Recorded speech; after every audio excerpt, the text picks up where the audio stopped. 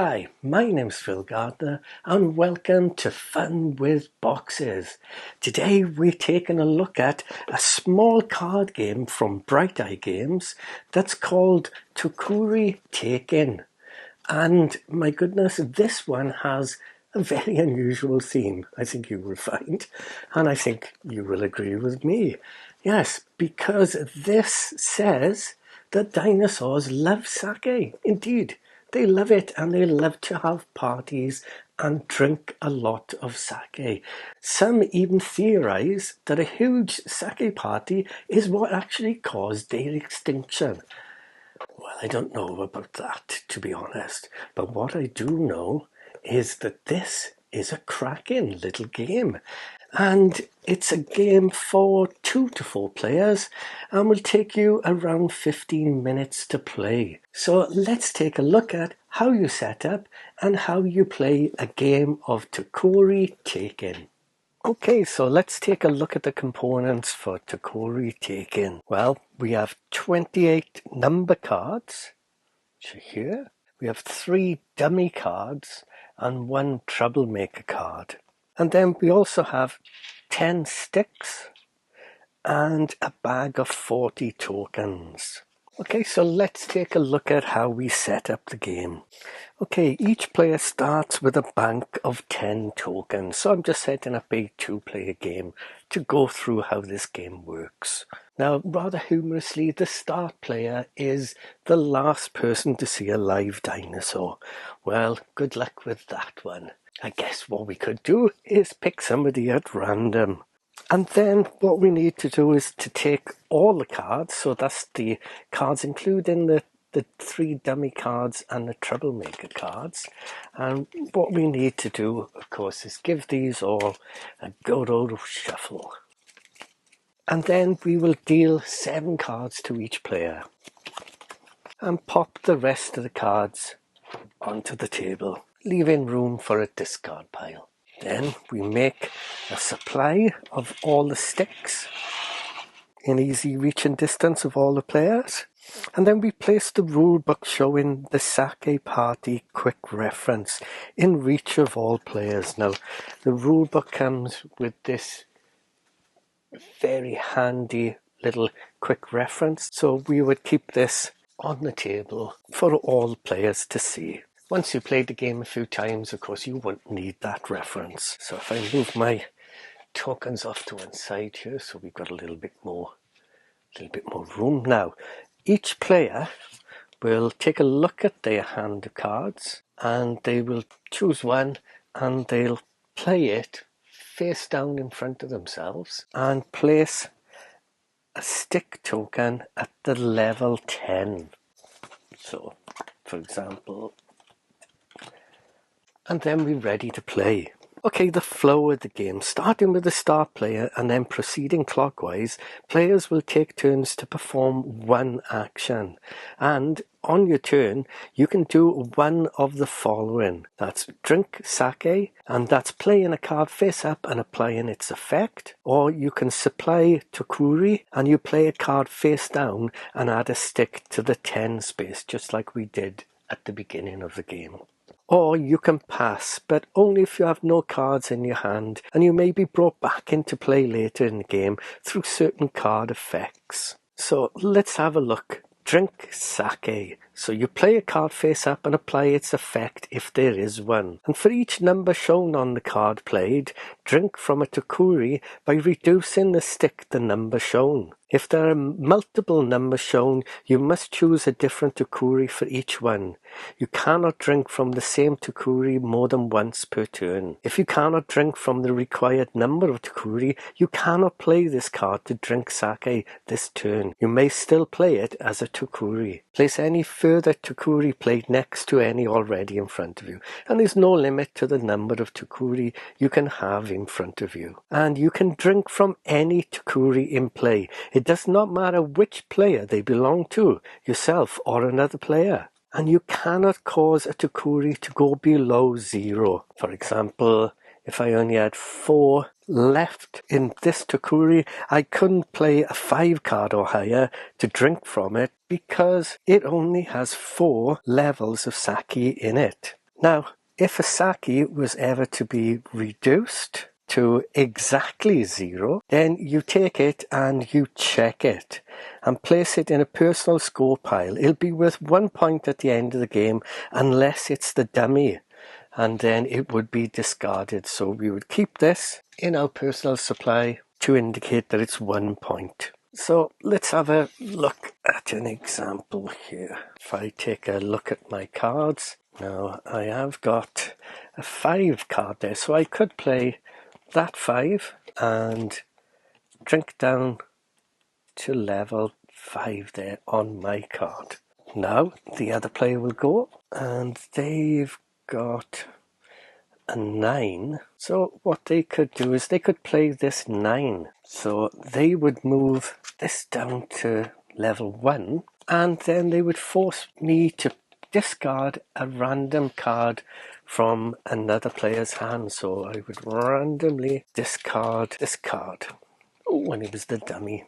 And then it would be my turn. So I would have a look now. If I play this card face down as my turn, and now it's on to the other player's turn, and they will play this one, I think, playing it as a Tokkuri and placing it at level 10. Now it would come to me, and I've got a 5+5.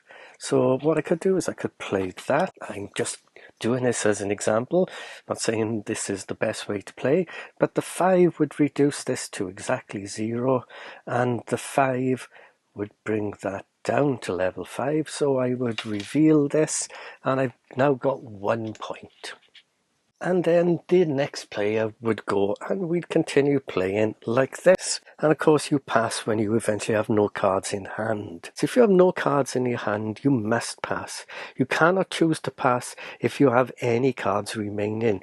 You must choose one of the other 2 options instead. And then when it gets to the end of the round, when all players have passed, we do the scoring. And you earn 1 point for each empty Tokkuri you have acquired. And you would lose 2 points for each Tokkuri in front of you with 3 or more sake remaining on it. And the players with the highest score for the round will win. The other players must each pay the winner the difference between their score and that of the winner from their token bank. So if this was the example here, I would have 1 point. I would lose 2 points for each of these in front of me because they have 3 or more sake remaining in there. So I would be on -3. Whilst this player has 2 Tokkuri, but one of them is only at level 1. So that nothing happens with that one, and they have -2 for this one. So they have -2 and I have -3. So they would take the difference in tokens from me. And in the case of a tie for the winner, the other players each pay the difference divided between the winners, rounding up. If any player has gone bankrupt with 0 or fewer tokens remaining, they pay as many tokens as they can to the round winners, dividing equally and discarding any extra. And then we proceed to game end. Otherwise, a new round begins with the player to the left of the previous start player. You can also choose to end the game after a predetermined number of rounds if you fancy, or once everyone is satisfied. Whoever has the most tokens wins. In the case of a tie, whoever makes the best impression of a dinosaur drinking sake, as judged by the other players, wins. How fantastic. Now we have the card effects. There's various effects that are on the card. For example, this symbol here indicates that after drinking the amount of indicated sake, everyone passes 1 card to their left. And this may result in some players emptying their hand, or players with a previously empty hand reacquiring a card and being able to play again. The next one here, after drinking the indicated amount of sake, randomly discard a card from another player's hand face up. If you're the only player left with a hand of cards, another player discards one of your cards at random. And then this symbol means you drink between 1 and 3 sake from 1 to Tokkuri. Then you must draw a card from the deck. Then a card with this. If you use this card to empty multiple Tokkuri, 2 or 3, you get +1 point at the end of the round, and keep this card as a reminder. If any of the empty Tokkuri is the dummy, you do not get the additional point. And now we get on to these dummy cards. The dummy card, this can only be played face down as a Tokkuri. And when somebody empties this Tokkuri, immediately reveal and discard it.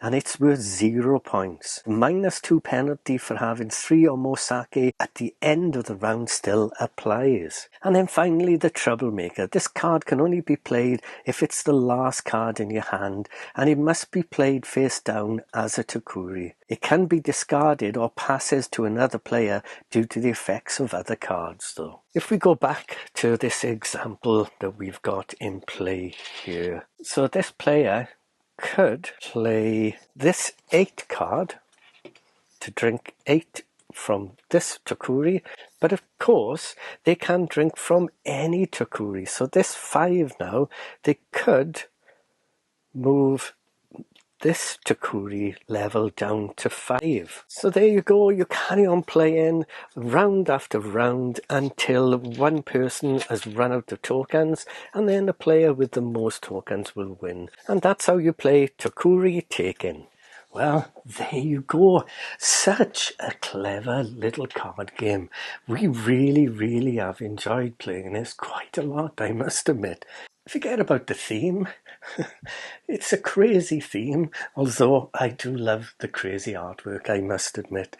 But it's such an interesting game. And the fact that you're trying to empty all the Tokkuris, and the fact that you can actually drink from another person's Tokkuri is really interesting, because you could have a certain value card in your hand that's not much use perhaps on your side of the table, but you can use it to drink from an opponent's Tokkuri and perhaps even capture that as a point if you exactly empty it. But of course you've got to be so careful, because at the end of the round you want to have as little sake as possible in any remaining Tokkuris, otherwise they are going to lose you 2 points each, which is massive in this game. It really is.